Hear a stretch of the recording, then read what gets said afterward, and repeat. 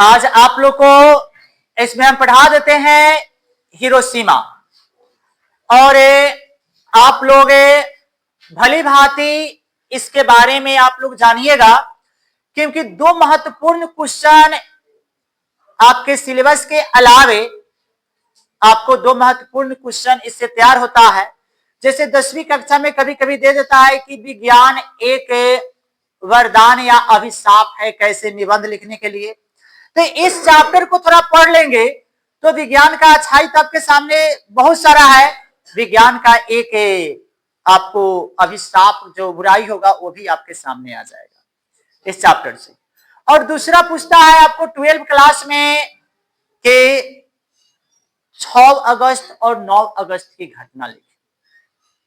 यह इतिहास से संकलित एक घटना का उल्लेख है।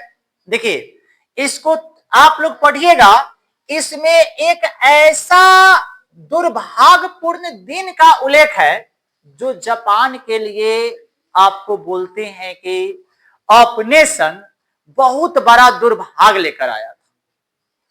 जापान के लिए सबसे बड़ा दुर्भाग्य का दिन था आपको जो तिथि था 6 अगस्त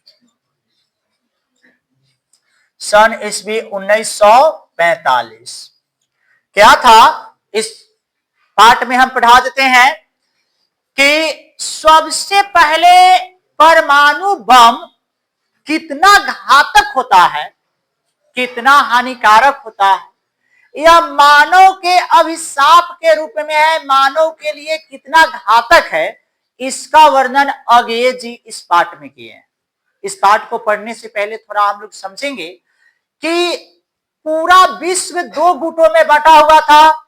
एक तरफ अमेरिका, रूस, फ्रांस, इंग्लैंड जैसे देश थे, तो दूसरे तरफ जर्मनी, इटली, ऑस्ट्रिया और जापान जैसे देश थे।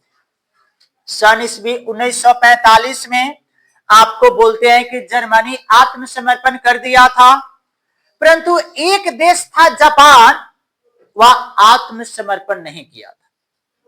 जापान आत्मसमर्पण नहीं किया था। यह पूरे बोलते हैं कि जो फ्रांस वगैरह थे, इंग्लैंड थे, अमेरिका था, उसके नाक में दम कैले था अकेला जापान। अमेरिका जापान को कितना बार सचेत किया, लेकिन जापान माना नहीं। अतः अमेरिका एक बहुत बड़ा घातक हथियार, जिसको हम लोग परमाणु बम बोलते हैं, परमाणु बम का उपयोग किया। सबसे पहले परमाणु बम बनाने वाला देश अमेरिका ही है और सबसे पहले प्रयोग करने वाला अमेरिका है। अब प्रयोग भी किया था कहां? तो जापान में। और जापान के किस शहर पे? थे हिरोशिमा पर, हिरोशिमा और नागासाकी। इसलिए हमेशा पूछता है कि सबसे पहले जापान पर परमाणु बम किसने गिराया था? तो अमेरिका। अब परमाणु बम का प्रयोग करने वाला देश कौन है? तो अमेरिका है। किस पर किया गया था? तो हिरोशिमा पे। अब क्या था कि परमाणु बम का कच्चा माल यूरेनियम होता है। यूरेनियम का भंडार अमेरिका में सबसे अधिक है, इसलिए परमाणु बम का निर्माण अमेरिका ही किया था।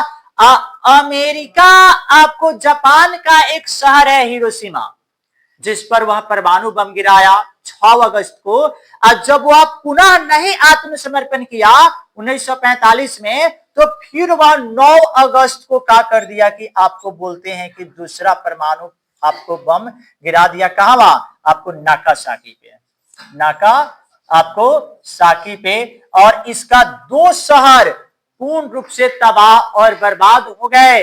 और इसी का उल्लेख आपको पढ़ना है आपके किताब में। आगे जी क्या लिखते हैं कि थोड़ा सा देखेंगे कि एक दिन सहसा सूरज निकला था आरे क्षितिज पे नहीं नगर की चौक पे।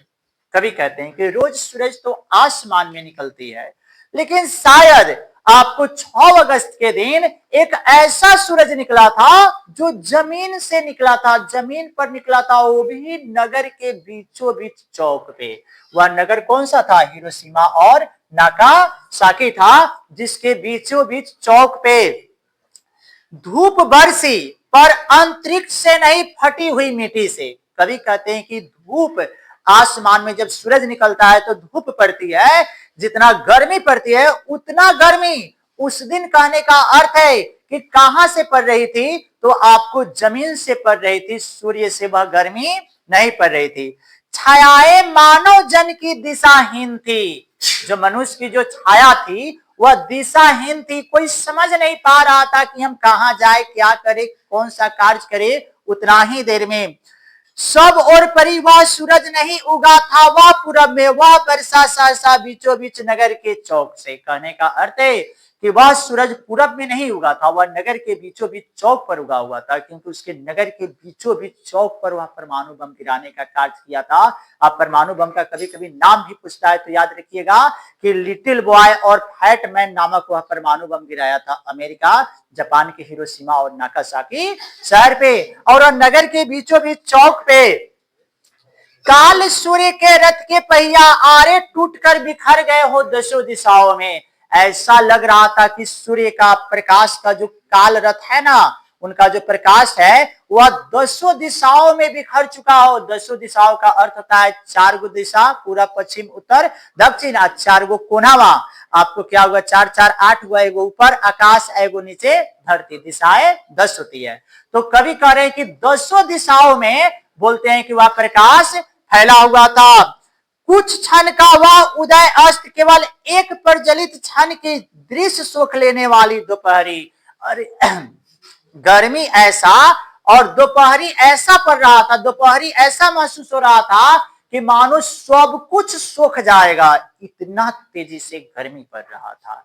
आपको बोलते हैं छायाएं मानव जन की नहीं मिटी, लंबी होकर मानो ही भाप बन गए छायाएं तो आज भी लिखी है। इतना ना गर्मी पड़ा कि आपको बोलते हैं कि मनुष्य का जो छाया था वह मनुष्य, सब मनुष्य जानते हैं क्या चीज बन गए, भाप बनकर समाप्त हो गए। और छायाएं आज भी वहां विराजमान है कि यही जगह है जहां पर क्या था कि कभी आपको बोलते हैं हिरोशिमा और नागासाकी शहर था जहां पे जनजीवन था।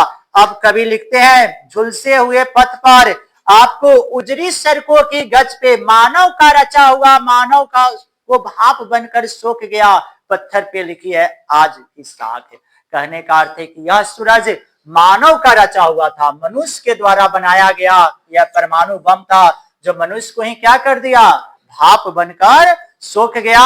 अब इससे क्वेश्चन वगैरह रहता है जिसे आप लोग याद रखिएगा कि आपको सूरज कहाँ निकला था, मानव को भाप बनकर कौन सोख गया, आपको परमाणु बम कहाँ गिराया गया था, इस तरह से क्वेश्चन रहेंगे।